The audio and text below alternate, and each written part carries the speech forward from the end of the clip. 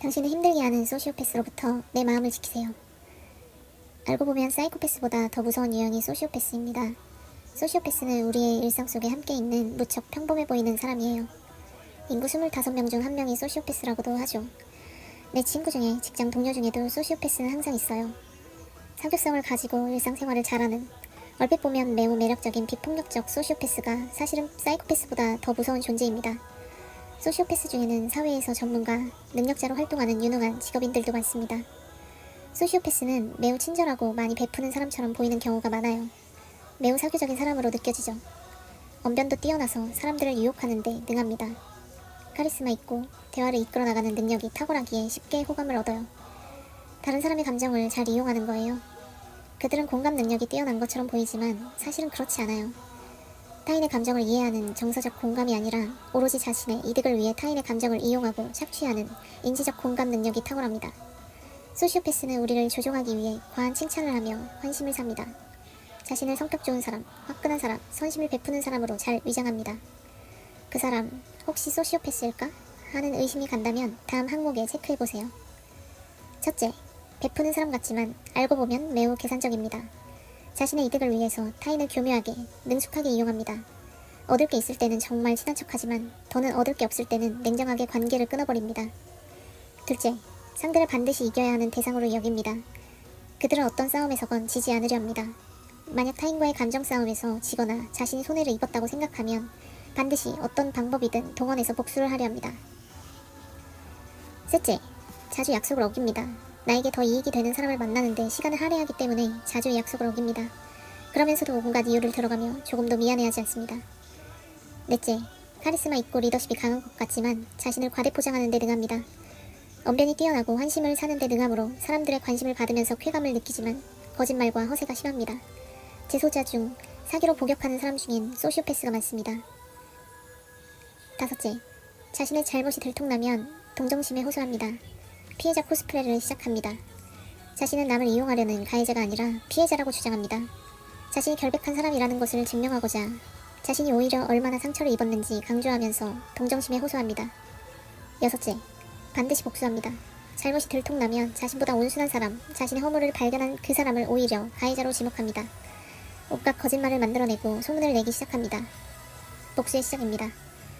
일곱째, 거짓말이 능하고 양심의 가책을 못 느낍니다. 타인을 이용하고 거짓말을 만들어내지만 전혀 양심의 가책을 느끼지 않습니다. 자신이 만든 거짓말에 스스로가 속아서 자기가 정말 피해자라고 믿기 때문에 죄책감을 느낄 줄 모릅니다. 자신의 행동이 반윤리적이라는 사실을 판단하는 능력은 있지만 진정으로 반성하지는 못합니다. 여덟째, 스스로 대단한 사람이라고 믿는 병적인 자기애적 인격 장애를 갖고 있습니다. 남을 칭찬하며 환심을 사지만 사실은 내가 제일 잘났다라는 자만심이 강합니다. 진심으로 누군가를 존경하거나 좋아하지 않아요. 자신의 능력이나 성격에 대해 부정적 평가를 하는 사람은 바로 처벌의 대상이 됩니다. 사이코패스와 소시오패스는 어떻게 다를까요? 사이코패스는 끔찍한 범죄를 충동적으로 저지르며 자신의 무서운 기질을 드러내는 사람을 말합니다.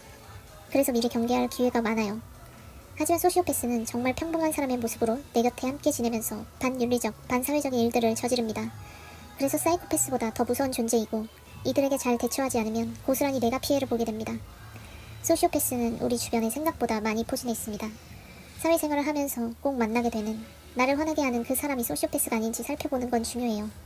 알아야 상처받지 않고 스트레스를 줄이고 적절히 대처할 수 있으니까요. 경계 없이 가까워졌다가는 그들의 밥이 됩니다. 상처는 고스란히 나의 것이 되고요. 나는 왜 맨날 당할까? 혹시 나에게 문제가 있는 게 아닐까? 하고 자괴감에 빠지는 사람도 많습니다. 하지만 상대가 소시오패스라는 걸 알고 대응하면 상처받고 괴로워하는 일을 많이 줄일 수 있습니다. 소시오패스 성향을 가진 사람과는 관계를 맺지 마세요. 일과 관련이 없다면 관계를 끊으세요.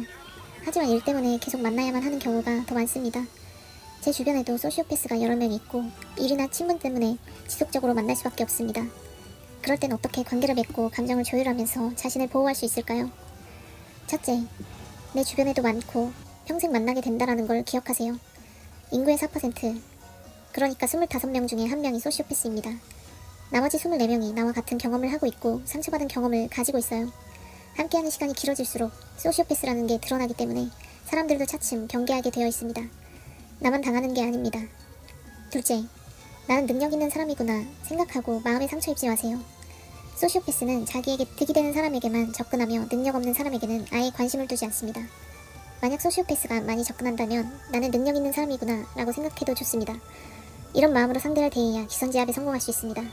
소시오패스인 줄 모르고 관계를 맺었다가 상처를 입더라도 이렇게 생각하면 금방 벗어날 수 있을 거예요. 셋째, 감정에 반응하지 말고 무표정으로 바라보세요. 그들은 다른 사람의 감정을 잘 활용합니다. 매우 친근하게 다가오고 상대의 감정에 공감하면서 감정적 교류를 통해 접근하려 합니다. 그에게 나의 감정을 드러내지도 말고 그의 감정에 반응하지도 마세요. 그러면 쉽게 접근하지 못합니다. 넷째, 칭찬에 속지 말고 고맙다라고 말하지 마세요. 그가 내게 보내는 칭찬이 진심인지 냉정하게 파악하세요. 상대의 환심을 사기 위해 칭찬의 수법을 쓰기도 하는데 거기 넘어가면 안 됩니다. 칭찬 세례를 퍼부은 뒤 나에게서 이득을 취하려고 할 게 뻔합니다. 누군가가 나를 칭찬하면 고맙습니다 라고 말하는 게 일반적이죠. 하지만 가식적 아부라는 판단이 들면 아휴 저는 그런 장점 없습니다. 과찬이십니다. 하고 무표정으로 건조하게 대응하세요. 다섯째, 동정심을 유발하는 피해자 코스프레에 속아서 연민을 느끼지 마세요. 사이코패스처럼 공포가 아니라 연민, 동정심을 불러일으키는 그에게 속지 않아야 합니다. 소시오패스에게 여러 번 속는 사람도 많습니다. 그들은 연기력도 뛰어나요. 본질을 들키면 동정심을 유발하죠. 거기에 속아서 연민을 느끼고 내가 잘못 봤겠지, 이제는 변하겠지 하며 헛된 기대를 해서는 안 됩니다.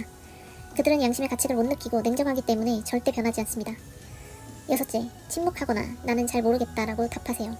자신이 옳다는 걸 증명하기 위해서 끊임없이 주변 사람들의 동의를 구합니다. 침묵하고 무시하세요. 그가 윗사람이면 그럴 수 없겠죠. 이때는 잘 모르겠습니다 라고 답하세요. 그들은 바위처럼 감정과 생각을 표현하지 않는 사람에게는 접근하지 않습니다.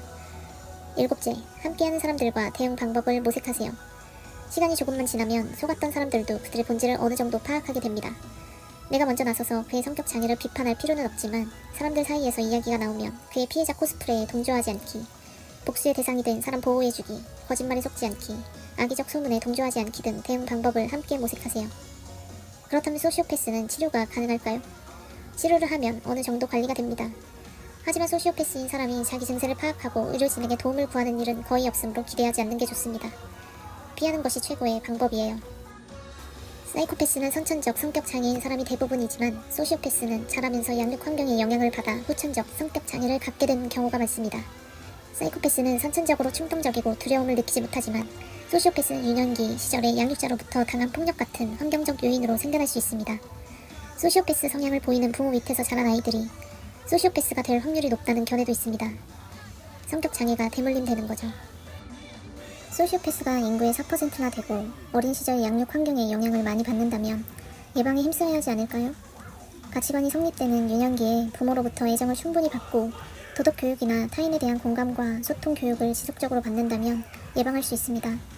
그러나 착하고 도덕적으로 사는 사람이 힘들게 사는 반면 타인을 이용하고 거짓과 폭력을 일삼고도 양심의 가책을 느끼지 못하는 사람들이 잘 사는 현대사회의 분위기에서는 소시오패스가 많아질 수밖에 없어요. 따라서 우리는 소시오패스 대처법을 알아야 해요. 그래야만 그들로 인해서 분노하고 화나고 짜증나는 내 감정을 조율할 수 있으니까요.